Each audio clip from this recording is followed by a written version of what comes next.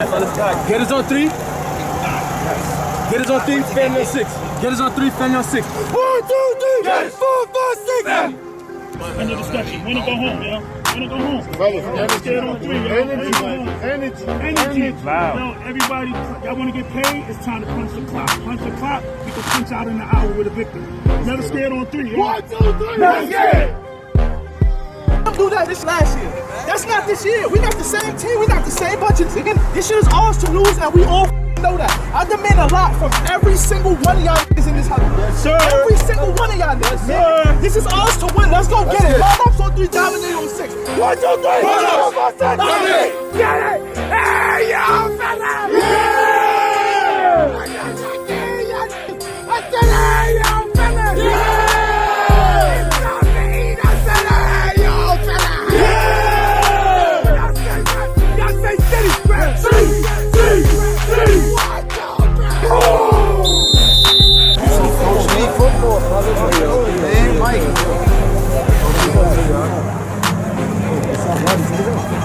On 3. 1, 2, 3. Down 3.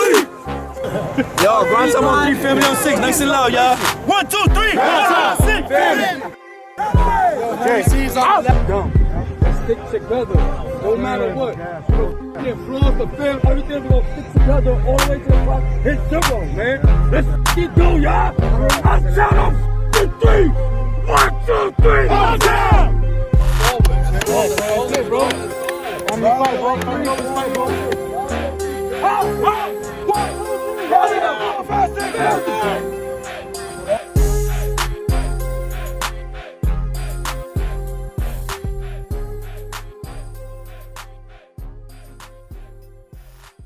What's going on, people? I want to thank y'all for joining us on Real Tough Talk. I'm Stephen J. Here's my partner, Ghost. And we want to talk to you about what's going on in UFL in the Elite Eight. But the first thing we want to talk about before we get into that is this special day. Today's the birthday of Reverend Dr. Martin Luther King Jr. And we definitely wanted to give honor to someone who made a huge impact as far as us being the Black Hispanic community, just giving people a voice and standing out in the front line and making the sacrifices necessary for us to be where we're at today. And like, you know, obviously it's the average person in America understands, you know, the Reverend Doctor's contributions to society.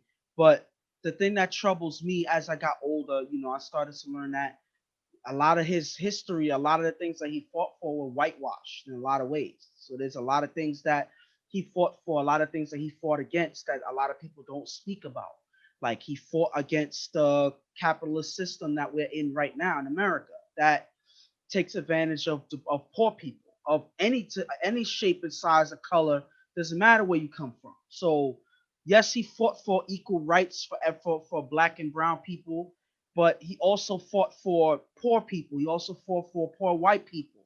He also spoke about the white moderate and their silence. And, you know, there's so many things that he spoke about. He spoke in positive light about socialism. So there's so many things that you can learn when you actually do your own research, because there's certain things about these guys that you do not learn in school. And it took me to being an adult to learn so much about Martin Luther King that I was never able to learn when I was being taught in school. And it's just, if you look at especially the way things are, especially now, it's been so difficult. And you know, we've seen that we have not arrived to where we need to be. But if it wasn't for the sacrifice that Martin Luther King accomplished and the things that he's done, we wouldn't be where we at now at this point. You know, can you imagine how further behind we would have been without his sacrifice, out of his struggle, out of his energy, out of everything he put in by trying to get the message out. So if you look at it now, like we haven't arrived yet, but because of him, we are you can somewhat say that you can see the finish line, you know, down the line, especially how everybody's together, everything that's going on. Like I said, there's still a lot of racism system going on. There's still a lot of unfortunate things in that nature going on.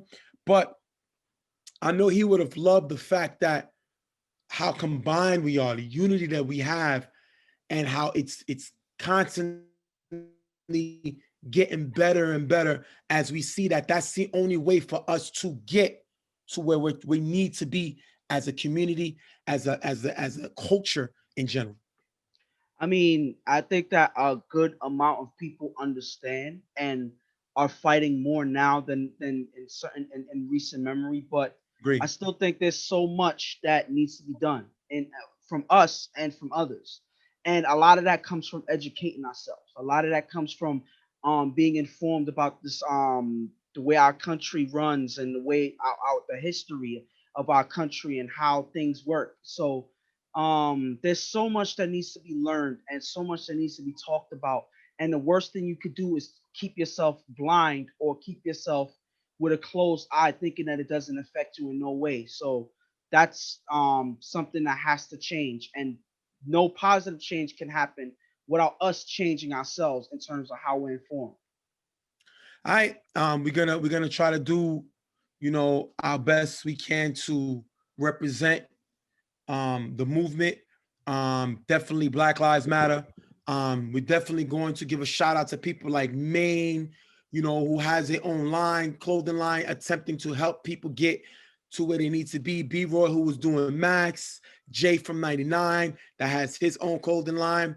We have Buck that played with, I believe, the Bunky that played with the Rebels, who has his stuff. We have so many people, as well as people like Skip and Pam's, who's trying to impact the community in general. And that's the stuff where everything stands for. Darren and BQFL, employing people. At the end of the day, helping the community flow. Wayne, with the food that they give. Yeah. All that stuff is helping the community grow and keeping us together. So I want to give a special shout out. So that being said, we're going to jump right into the games. We definitely wanted to give some respect and get that out there.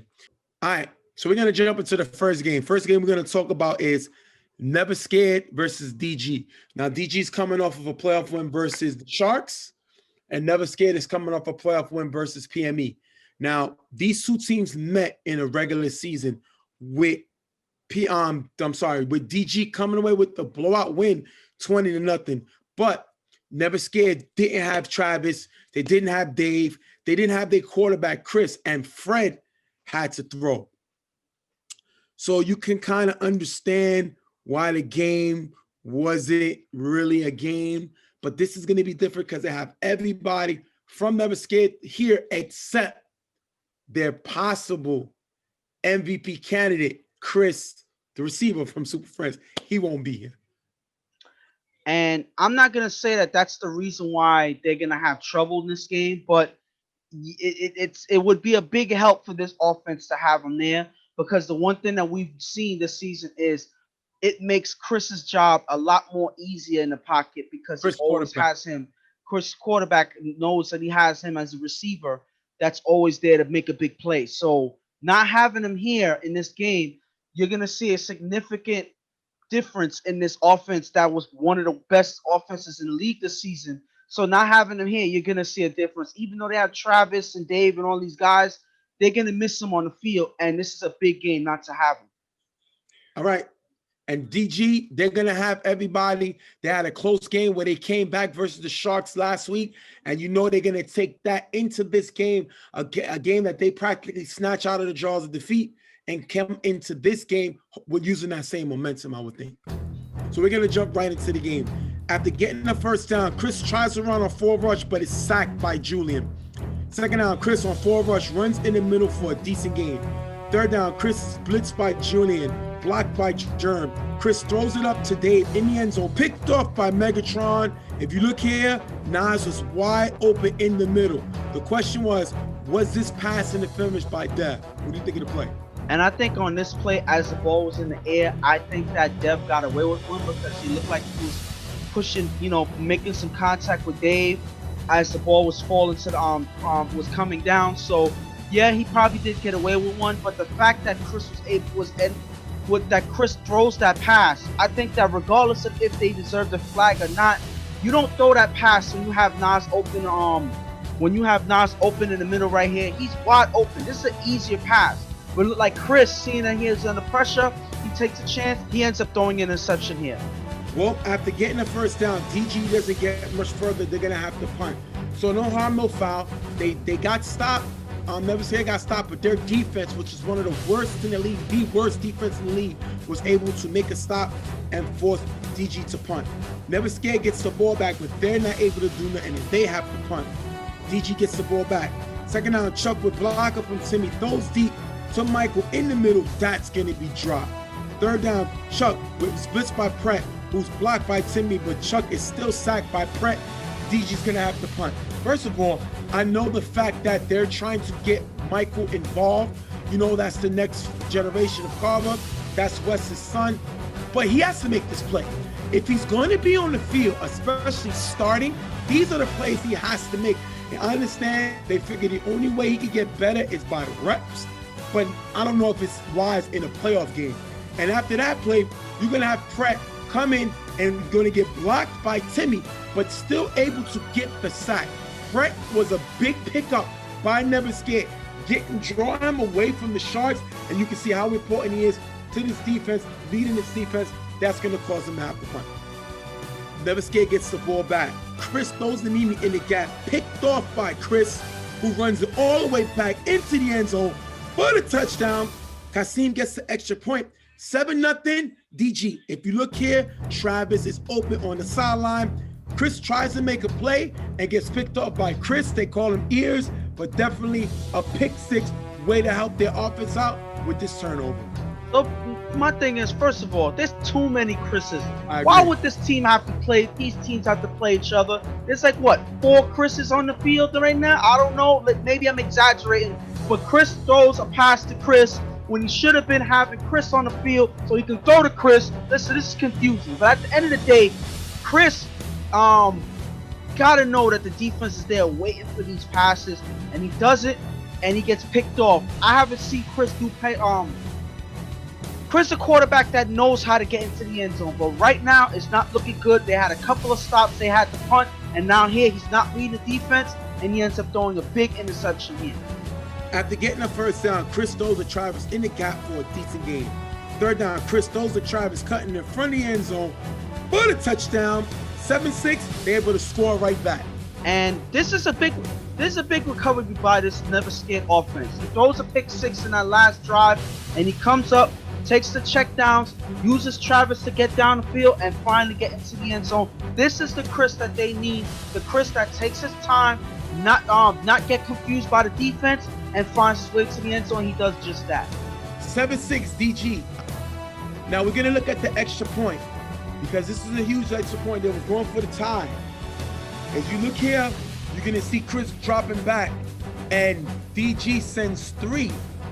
I believe that's Hollywood, that's Track Star, and that looks like Julius. So they send 3. Now if you look right here, Dave is open. Now Dev has great coverage on him, but Dave is open if you throw it to the outside. But Chris is gonna pump. And if you look here, right before he gets it off, Julius right here makes the tag, ending the extra point. Now it's gonna be 7-6. Tell me what you saw. What I saw is that the person that's in the play is named Julian, not Julius. Like, it's terrible names, like I always say. Julius is the guy from Queens. That's Julius. Even though Julian got kind of Arnold Schwarzenegger size, but he is Julian. Listen, at the end of, it was a close play. If you look here, Chris hesitates. Maybe it's because of that pick six, now that the defense getting in his head, but that's good defense. Sending 3, always finding ways to put pressure on Chris, because he is not as accurate and not as efficient when he's under pressure. They show that here, and they keep the lead on the 7-6 game right here. All right, Chuck gets the ball back. First down, on 4 rush. He's stacked by Dave. DG can't get anything before half. We're going to go into the half. 7-6 DG. And the best thing that DG decided to do is start the rush 3, start the rush 2. find ways to get him under pressure, regardless of what they're gonna try to protect him or anything like that. So one thing that you notice is that Chris does not see receivers open right away when he's under pressure. Right there, that is a good defensive strategy by DG. If they're able to do that in the next half, I think that they have an opportunity to keep the lead and get a win. If I'm never scared, I'm furious right now. We've held Chuck, a guy who had 20 points against us the first game. We held him to 0 for 3 in the first half. 0 for 3 in the first half. Now, we've seen who did this last week. The Sharks had Chuck struggling in the first half. Chuck punted twice. This DG offense has punted twice, and it got stopped. At the end of the day, our Achilles heel was our defense. Worst in the league. Our offense is the number 2 in the league in scoring, and we only have 1 touchdown. We also threw a pick 6. We have to figure a way to turn this around because it's only going to be so long we could hold Chuck to no points. We got to get it together. We definitely played great in the first half. Offense definitely has to step up and give us what we've been needing on that side of the ball. All right, we're going to jump into the second half. During the free play, Chuck rolls right with blocker from Timmy, throws a dash in a gap for a nice gain and a first down. Off sides of the defense, that's the climb. You can't make these mistakes. You cannot make these mistakes. And like I said, same thing that happened in the Sharks game. Soon as the second half came, they started giving Chuck a chance to make plays, and they do it right here with this offsides. Chuck, with blocker from Timmy, then throws a dash wide open in the gap, who runs on the sideline into the end zone for the touchdown. West gets the 2-point conversion, 15-6 DG. If you look here, dash is left open on the route, and nobody sees him. I don't understand why these guys don't understand that dash is a weapon, and dash is a guy that Chuck uses downfield. This kid has been hot during the regular season. This kid's been hot in the playoffs, and he's definitely keeping it going. Big touchdown here. And like you just said, they were not watching him on this route here. As you see, they're locking up, following all these receivers, but the one receiver, the most important receiver that they have, they're not watching, and that is Dash. As he runs to the sideline, all Dash has to do is run into the end zone for the easy touchdown there. Never Scared gets the ball on a 4-and-out. Chris with 3 passes to Travis in the gap for a nice game. 4th and goal. Chris finds Dave cutting in the back of the end zone for the touchdown. Scores 15-12. They score right back. I love the fact that Chris kept Travis involved in this offense on this drive, and then finds his money man Dave in the end zone for the touchdown. That is how you need to do it. That is the Never Scared number 2 offense in the league that I remember. Never Scared is going to go for 2 and find Travis for the 2-point conversion. 15-14, they're chasing 1. DG, Pams and this DG team is going to challenge the play. Tell me what you think of the play on the challenge. And I think that the play on the challenge, they challenged to see if he got tagged before the throw. And if you look here, he clearly got the ball off before the throw. But the thing about it is, you got to understand strategy when these teams make these decisions. It doesn't hurt for them to take a chance of making to see if there's an overturned play. But as they're waiting for the play to be called, as they're looking at footage, so as this is happening, they're able to strategize and be ready for the next play. So regardless of if they got the challenge or not, the fact that their team is ready to strike back in the next play or the next drive is a big thing that they're gonna gain anyway. And I agree with you because they're still up 1. So Yes. why would you take a chance to challenge a play that at the end of the day, they went for 2. It was 15-12. They were up 3. There's no field goals here. Yeah, they would still been up 1 anyway. Challenge it? You're still up 1. So that had to be a strategy in order to get the guys refocused by them. They lose that challenge. 15-14, Never Scared chasing 1. After getting the first down, Chuck throws to West in the gap for a decent gain. 3rd down, Chuck is blitzed by Pratt, who's blocked by Timmy. Chuck throws it up to Kasim in the end zone, picked off by Travis, giving the ball back to Never Scared. This is what I talk about when I want Travis to be Thanos. Destroy everything in its path. He's doing it. We see him catch a touchdown. We see him get a 2-point conversion. We see him get an interception. This guy has brought what he brought from last week into this week, making plays. And one thing I gotta understand is they've talked strategy and all of that just to throw an interception there. I don't think that this was worth it at the end of the day. this is not a Chuck play right here. Throwing up a play for one receiver to get it, it's inaccurate and it's left to be picked off. This is not the Chuck that I remember. So I don't know if they was just trying to take a shot here, having full confidence in the defense. Maybe it was, but I don't see the demerit in this downfield pass, knowing that it could be picked off, and that's exactly what happened. Third down, Chris on 4 rush, runs in the middle for a nice gain, getting to the 35-yard line. Great play, Chris using his legs, definitely a good play there. Fourth down, Chris on 4 rush, throws a nod in the middle, picked off by Megatron, who's gonna run it down the sideline, all the way into the end zone for the touchdown, 21-14 DG. And they must, and I must be proven wrong about them having faith in the defense. They definitely do, and they're able to make a big play, and all of that stems from, yet again, the pressure coming in on Chris. As soon as he gets pressure, he ends up making inaccurate passes. He's rolling out, worrying about the rush, and because of that, it results in an interception and Megatron running it into the end zone for the big touchdown there. 21-14, DG by 7. 4 now. Chris throws a Nas in the gap for a decent gain. Fourth down, Chris on 4 rush, throws to Travis in the front of the end zone, almost picked off by Dev. Turnover on downs, they stopped them yet again. And this defense, regardless of what this Never Scared team does, this defense is now starting to lock down and make big plays to keep them from getting anything done. And this is a turnover right after a pick 6. This defense is confident. This defense is locking down. They're doing everything that they have to steal away the game with the win.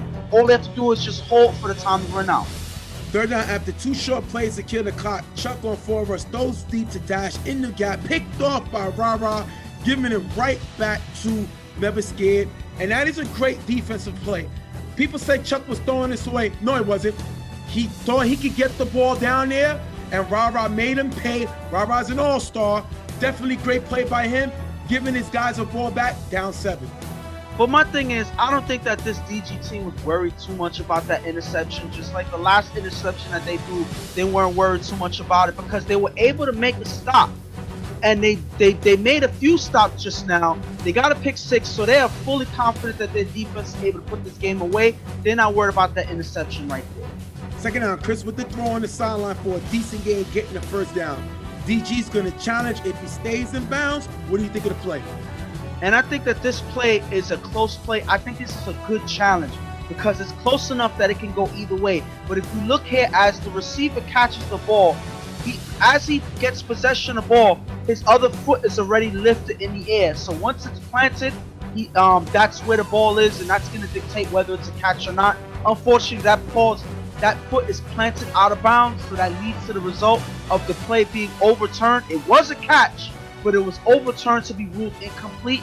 That is a good challenge by them, and they get the ball pulled back. Chris on 4 rush, runs in the middle for a nice gain, getting them the first down. Last play of the game, Chris is going to throw it up, knocked away by Timmy, ending the game. DG comes away with the win, going on to the Final Four, 21-14. And they did all of that by trusting in their defense. That's been really impressive in this playoff so far. And after that second pick 6, it was pretty much all she wrote. They were fully confident, and this Never Scared offense had no answer to this defense right here. As soon as they were able to make these plays, and it started from the first half with putting pressure on Chris, setting that extra guy. I think that was the main thing that made a difference for this DG team to get the win, and that's exactly what they do, and they win this game 21-14.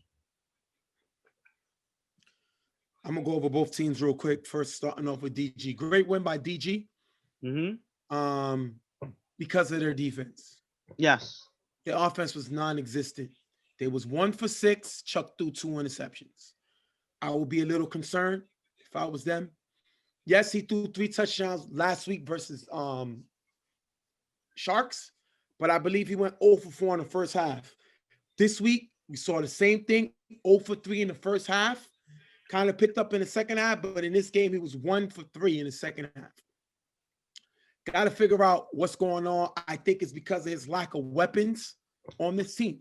This is, and there's no disrespect to them, But this is the least talent that Chuck has had since his first championship with DG. No disrespect to his team, but this is the least amount of offensive talent that Chuck has had since the first championship he won with Carl. You see, West has been playing West ball. Cable has been injured, has not played on the same caliber since his injury. Dash is a guy that came from Wolverines. Nobody knew him. Hollywood, usually used as a blocker. Timmy's still trying to work his way into shape. Megatron trying to work his way into shape. So that's pretty much Chuck's starting offense. So when you got talented defenses similar to the personnel, I should say, similar to what the Sharks had, even though they let Chuck score in the second half, have a bad defense. And Never Scared, who allowed Chuck to score once, which is great on their defense, even though they had the worst defense in the league. They have the personnel. Chuck struggled. So they got to definitely figure out what they're going to do to adjust to that. But they're definitely able to come away with another win, even though Never Scared had an opportunity to steal this game. They're never scared. Defense held Chuck to 1 for 6 with 2 interceptions. Their offense, the second best offense in the league, went 2 for 8. 3 interceptions, and 2 of them was pick sixes. I don't like to put the blame on one person, but Chris didn't play well. They brought the pressure on Chris, and he made several mistakes. That's been the question of Chris's career. Not able to win certain games when the pressure mount. People say this guy does not make enough plays to win the game. And unfortunately, you kind of saw it this game. After what he did to PME last week, scoring 20 points, to now playing DG, scoring 2 touchdowns, but throwing 3 interceptions and giving up 2 scores from his mistakes, you got to look at it and be kind of concerned going forward if you're Never Scared. I mean, of course they do. Chris decided to wait until the Elite 8 to play the worst game that he had all season. I've never seen him play any game worse than he has this game right here. Throwing 2 pick sixes, throwing 3 interceptions overall. Like this was not a pretty game for him at all. And it ultimately ended with him losing because you cannot throw 2 pick sixes in the same game and win. I've never seen that happen before. And the fact that their defense is not really that good in the first place. So you got to be careful on offense. Your good offense is your best defense. When you're giving the ball back to their team, it gives them more options to get into the end zone and more chances to do so as well against your not that good defense. So because Chris was struggling, it made it so much harder for this team to win this game. And ultimately, it ended with the obvious loss, knowing that they don't have a good defense to stop anybody. And this is why PME moved on from Chris and went to Rel as a quarterback. Rel doesn't make the turnovers that Chris makes. He's not as mobile as Chris, but he doesn't make the turnovers that he makes. Chris, unfortunately, throws a lot of interceptions, and then he picked the worst time. Now, if I'm them, right now, when I look at the list, that would give Never Scared at this point right now the 8th pick in the draft.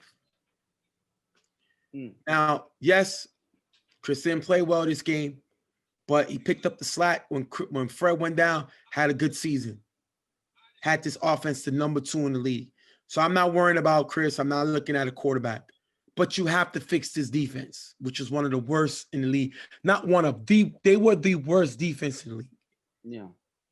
Unfortunately, they missed Chris, who played safety for them. I don't know what happened.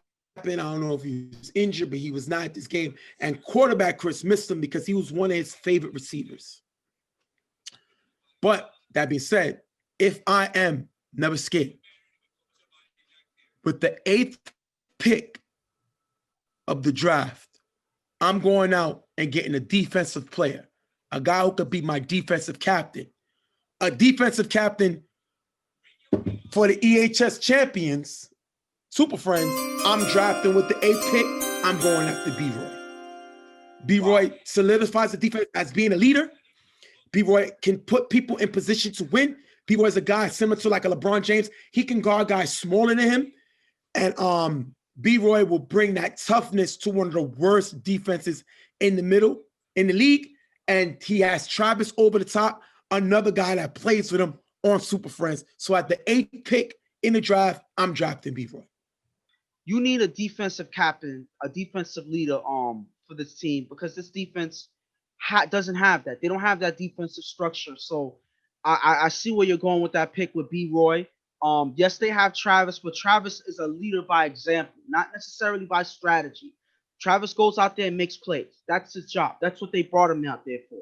That's not enough for this Never Scared team. They need guys that can be put in position to make plays. When Ra was put in good positions, he was able to make some good plays.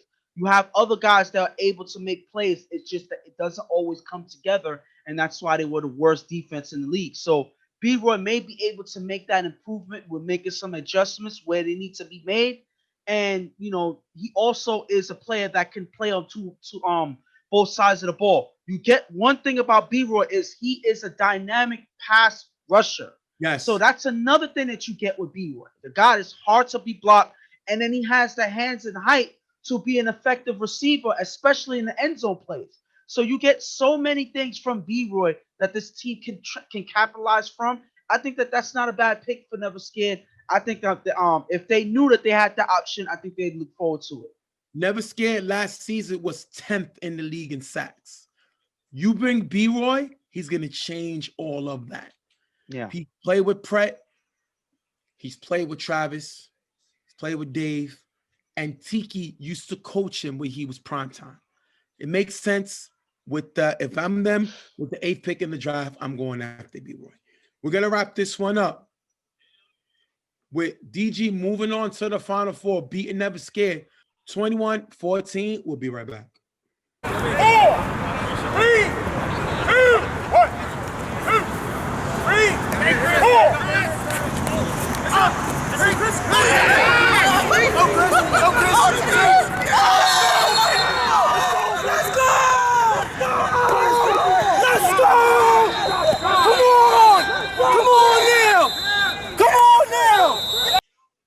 All right, people. Next game up we're going to go through is the Monarchs versus the UFL defending champs, Rep City. Now, Rep City last week, they were able to beat the Raiders, eliminating the Raiders, a number 3 seed. Definitely a huge upset with the 6 beating the 3. Monarchs was able to run through Gettas. I believe it was like 25-0. Pretty much something that we expected given the Monarchs' firepower. Now, this game is going to be a little different. Monarchs and Rep City met in the regular season when Monarchs pretty much blowing them out 26-6. That game, Hood threw 2 interceptions. One of them was a pick 6 as Ramsey was able to throw 3 touchdown passes. Yeah. And one thing I could say, you know, being there watching the game, Hood admitted that he was rusty. This is his first game. That was his first game back quarterbacking in years. So I don't know what that game. I was questioning why they would just throw Hood out there, in the middle of the season, like, you know, in the middle of it all when he hasn't played in years, not, you know, warm up or anything like that. So he's gonna be rusty. He's gonna make mistakes, and that's exactly what happened. The thing about this Monarchs team is they capitalized in a big way on both sides of the field. They knew that their matchups were not gonna be in Rep City's favor, and they took advantage. Henry had a touchdown. A couple of other guys was able to score, and their defense was pretty much able to lock down this Rep City offense. So they were able to do whatever they wanted, and that's exactly what this Monarchs team is looking to do in this playoff game, regardless of if they are the defending champs. It doesn't matter. They're just another team in their way. Their words, not mine. And they're just gonna put the pedal to the metal and just run through this team. Right now, we're gonna jump right into the game. Second down, Hood on 4 rush with blocker from B-Dot is still sacked by Damo. This is something we wanted to see. This is something we expected to see. Damo is able to continue his dominance, coming away with a big sack. Tell me about that presence there by Damo with this play. I mean, you have B-Dot. Remember the matchup that you was talking about in your interview with him and everything like that, this is going to be a big matchup. But Damu does not look at it like that. That's just another obstacle that he has to get through. And if you look here, he uses his power, but also his leverage and his speed to get around B-Dot and get this sack, regardless of what. Even if B-Dot is a strong guy, Damu knows how to get through him. We call him Aaron Donald for a reason, and he's able to get a big sack there. After getting the first down, Hood throws a deep ball in the gap for a nice gain. 4th down, after 2 short passes, Hood finds Burrell in the front of the end zone for the touchdown. Might get the interception on an extra point, but it's 6-0. The champs score first. And I like that Hood does not let that sack bother him. It doesn't slow him down. After he gets the first down, he was off to the races, taking the check down and making it into the end zone, finalizing with the score. That's the Hood that you need. The Hood that takes his time, uses what the defense gives you, and finds his way to the end zone. That's exactly what he's able to do, and he strikes first blood in his touchdown here. After getting the first down, Ramsey throws to Javon in the gap, almost picked off by Meach. 2nd down, Ramsey throws deep to Bell, who has a step on Debo on the sideline. That pass is dropped.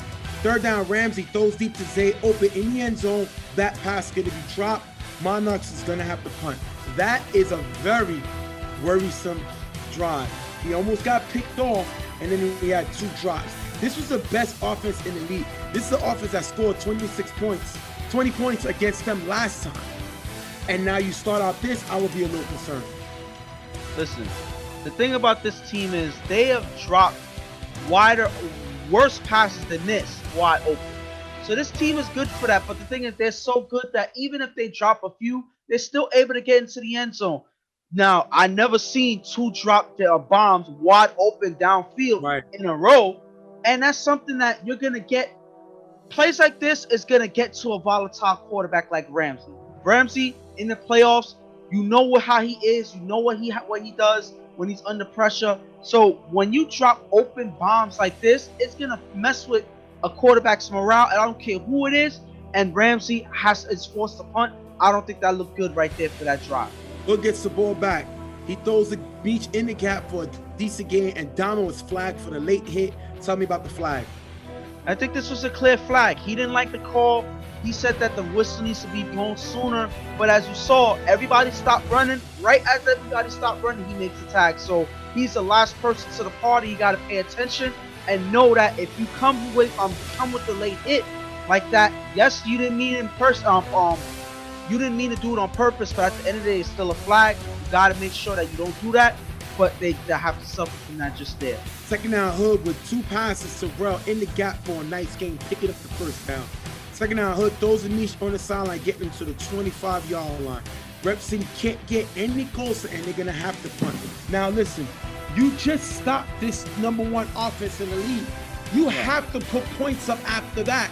And they don't, and they're keeping Monarchs in the game by not scoring on possessions like this. And the thing about it is they didn't take advantage of that flag by Damu. So my thing is, whenever they make a mistake, you got to find ways to capitalize. And they did not do that. After they got the first down, it was pretty much all that she wrote for that drive because they were not able to move the ball. They got to do better when they're given opportunities, especially when the opposing team is getting flagged and giving them some free yardage. 2nd down, Ramsey throws to Malachi in the middle, who just skipped by Rel for a nice gain, picking up a big gain. The question was he tagged? They could have challenged. They chose not to challenge. Should they have challenged this? On this one, it's really close to the point where I don't mind them trying to challenge this. If you look here, Rel extends his arms, and it looks like he kind of just nicks him in the back. So they lost the opportunity to make a big stop on this one. It definitely had a chance to go the other way, but unfortunately, Rep City does not take that chance, and Monarchs gets that big yardage there. After getting the first down, Ramsey throws a tie in the gap for a decent gain. 3rd down, Ramsey's blitzed by Meach, rolls right, throws a Malachi on the sideline, off target, picked off by Matt. Rep City gets the ball back. It's great when you got your draft pick making plays, and listen, they don't worry about that challenge now because they got the ball back. And maybe they knew something that I didn't, because they didn't decide to focus on that play. They decided to worry about the next one. And now you see Matt making a big play here for the interception. But if you look, that's because Ramsey was under pressure with the blitz from Meach. When you see him coming in, Ramsey was forced to throw it out, to roll out. He makes an inaccurate pass, and that's how Matt is able to capitalize with the interception. Hood with blocking from B-Dot, a still sack by Damo. Damo's second sack of the day. This guy is TFL Aaron Donald, and he is bullying B-Dot. We've never seen nobody do this to B-Dot before, and there's a new sheriff in town, and call that guy Damo. I haven't seen anybody be able to stop Damo from rushing in. He is a hard person to block because he has power and speed combined in one package. So he, regardless of what B-Dot's doing, he has to communicate with Hood and know exactly where he is on the field. Because if you give him any type of leverage, Damo's going to find a way to the quarterback like he did just there. Taking out Hood on 4 rush, throws deep to Sheamus on the sideline. Sheamus stops running, picked off by Sade, giving the Monarchs the ball back. This defense has had Ramsey's back. Ramsey has not scored in his last 2 possessions, but the defense is keeping them in the game. Great play by them, making another stop. Ramsey gets the ball. Ramsey throws deep to Bell, open in the gap for a big game, pick up the first down. They left Bell wide open on the left in the slant. They got to realize that Monarchs have more than one weapon. It's not just Javon. It's not just Henry. You still got Bell. You still got Malachi. You still got Ty. You still got other weapons on this team, and they're showing it right now. Great play there. 2nd and goal. Ramsey rolls right and throws short to Cass for a few yards, and D-Boy's flag for a high tag, half the distance to the goal. Tell me about the flag. And I think that this is just too much intensity from D-Boy's part. D-Boy, known to be a trash talker, and he gets in his, he gets into the play a little too much. And here he tries to make a tag, but unfortunately that was hands to the face, and he gets a flag. They're already in good position to score, so they don't need any extra inches closer to the end zone because it makes their job that much harder. And D-Boy gave them just what they needed. 4th and goal. Ramsey finds Bell in front of the end zone for the touchdown. Bell gets the extra point. 7-6. They finally score on their 3rd possession. And they score with a guy that's more known for defense than Bell. And that's to show how good Ramsey can be when he is in his rhythm. So he's able to get anybody into the end zone. Right here, Bell is the main target here for this drive, and he can use them to get into the end zone. So it doesn't matter if you use Malachi, it doesn't matter if you use Henry, Zayd, Javon. It doesn't matter who you are. If you get open and run the play right, Ramsey's going to find a way to get you to the end zone, and Bell is able to do just that here. On the kickoff, D-Boy is going to fair catch. He's going to end up running with the ball, causing a penalty and a 10-second runoff, taking us into the half, 7-6. Listen, I know D-Boy likes to trash talk. I know he likes to play ball, but he just had a hands to the face, but put them half the distance to the goal, and now he has another penalty from the manipulating the kickoff on a fair catch, then he runs. You're hurting your team now. Now you're hurting your team. So all that trash talk is fine, but once you start hurting your team, they need somebody to step up and tell D-Boy, listen, you are hurting us. And that's what needs to be said going into that. 7-6, Monarchs up by 1. And the Monarchs are pretty much, they started off slow. Those 2 bombs early in the game kind of stagnated them a little bit. I think that this could have been a bigger lead if those drops didn't happen, because it's going to affect Ramsey's game overall. So Ramsey finally, towards the end of the half, is finally able to get into the end zone and, get back into the and take the lead. So catch the passes. That's what the Monarchs need to do. Even Henry is not immune to that because he dropped a few passes in the regular season. So these guys got to step up and make these plays, because Rep City is not a team that you want to give options for them to steal wins from you, because they've done it last season, and they have a good shot to do it this season if you don't take them seriously. Listen, Rep City has the #1 offense in the league, 1 for 3.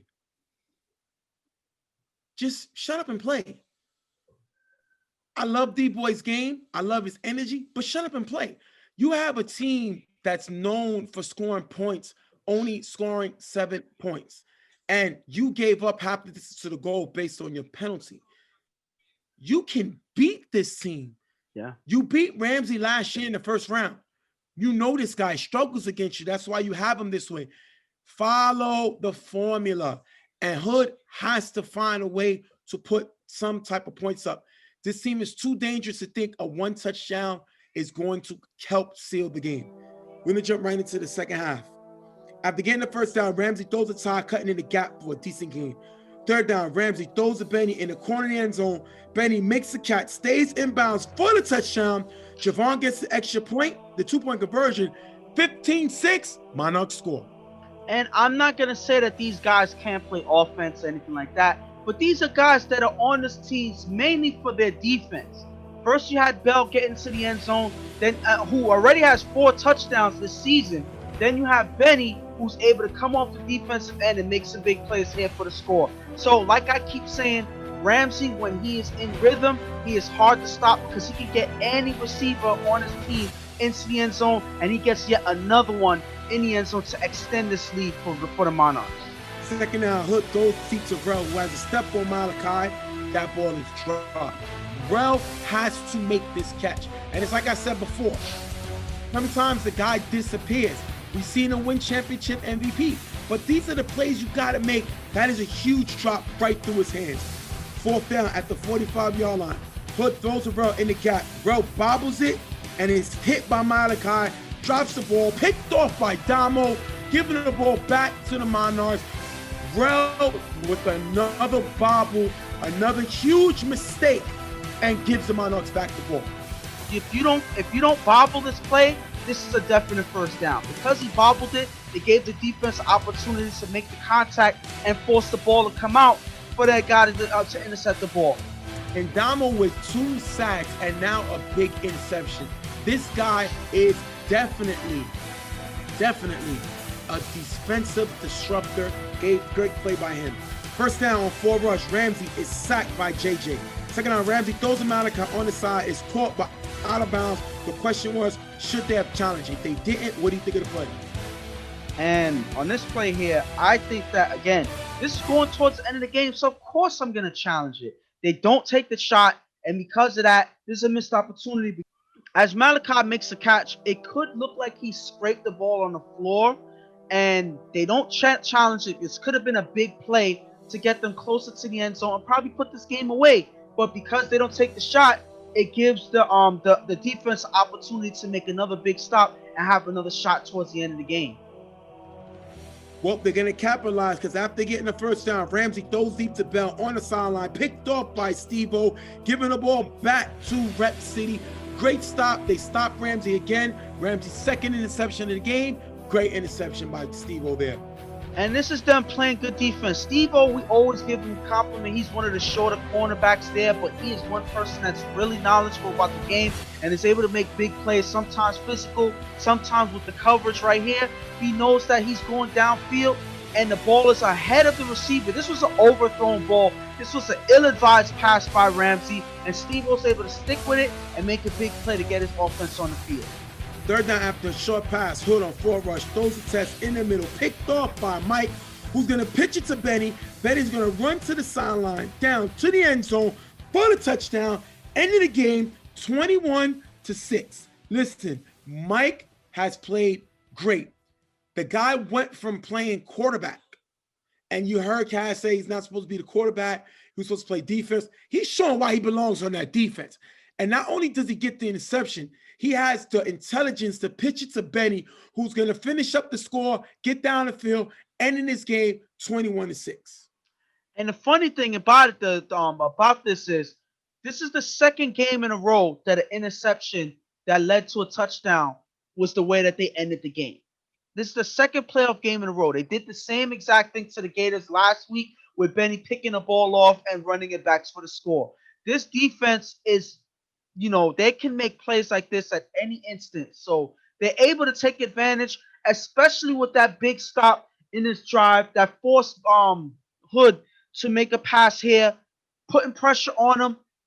Like he's trying to make a big play because they're already down. Time is running out. This Monarchs defense capitalized with that big interception to put the game away.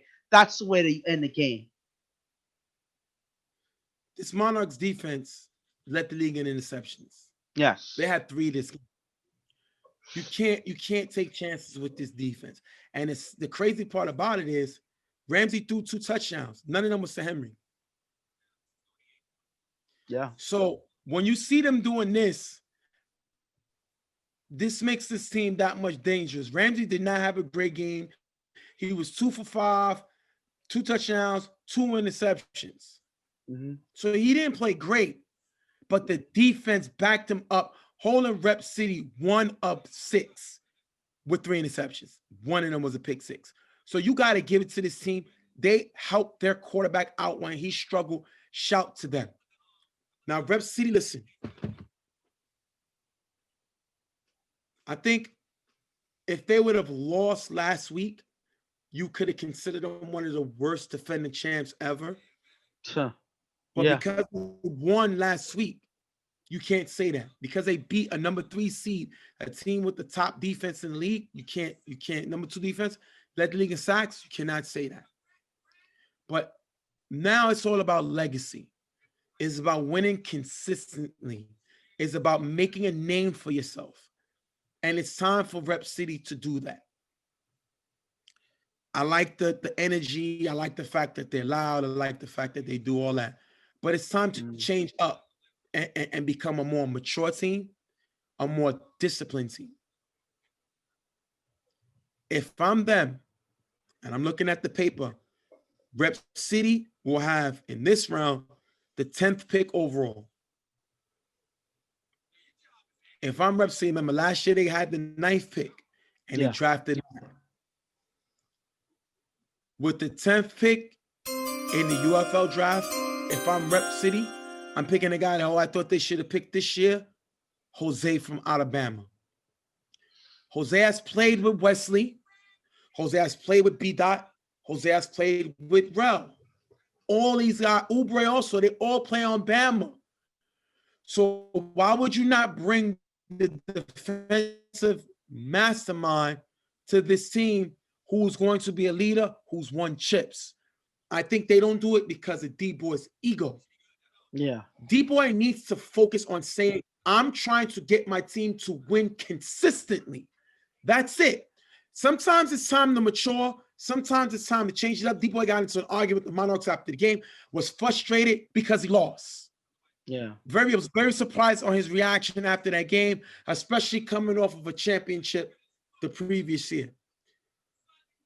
Rel has to sit down and say, listen, this is what we're going to do. We need to get more mature. We need to stop being the same way. We can still have fun. We can still have energy, but we need to be more disciplined, which D-Boy had 2 flags this game.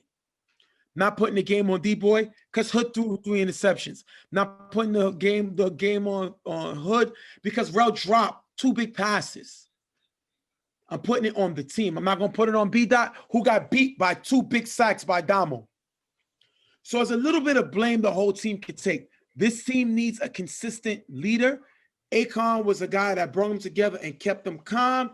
They need Jose that's going to bring the discipline. And I think at the 10th pick, if I'm Rep City, that's who I'm drafting. Listen, I'm going to say this. As of this season, last season, Rep City played teams that were on their level.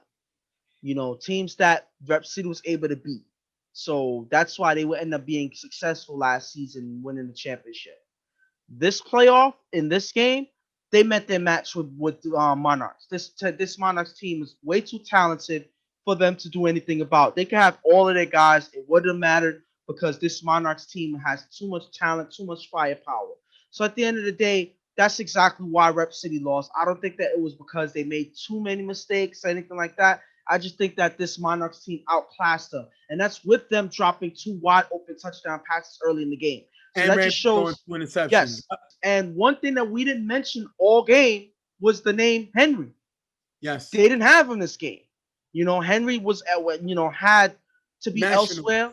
He was in the Nationals. Yeah. A lot of guys were not able to play in the UFL in this playoff because of the Nationals. So the Monarchs are not exempt from that. They didn't have Henry, but it didn't really matter. This team still found ways to outclass this Rep City team. And I think that Monarchs was just a better team overall, and the result just shows that. All right, we're going to wrap this one up with the Monarchs moving on, beating Rep City 21-6. We're going to be right back on Real Tough Talk.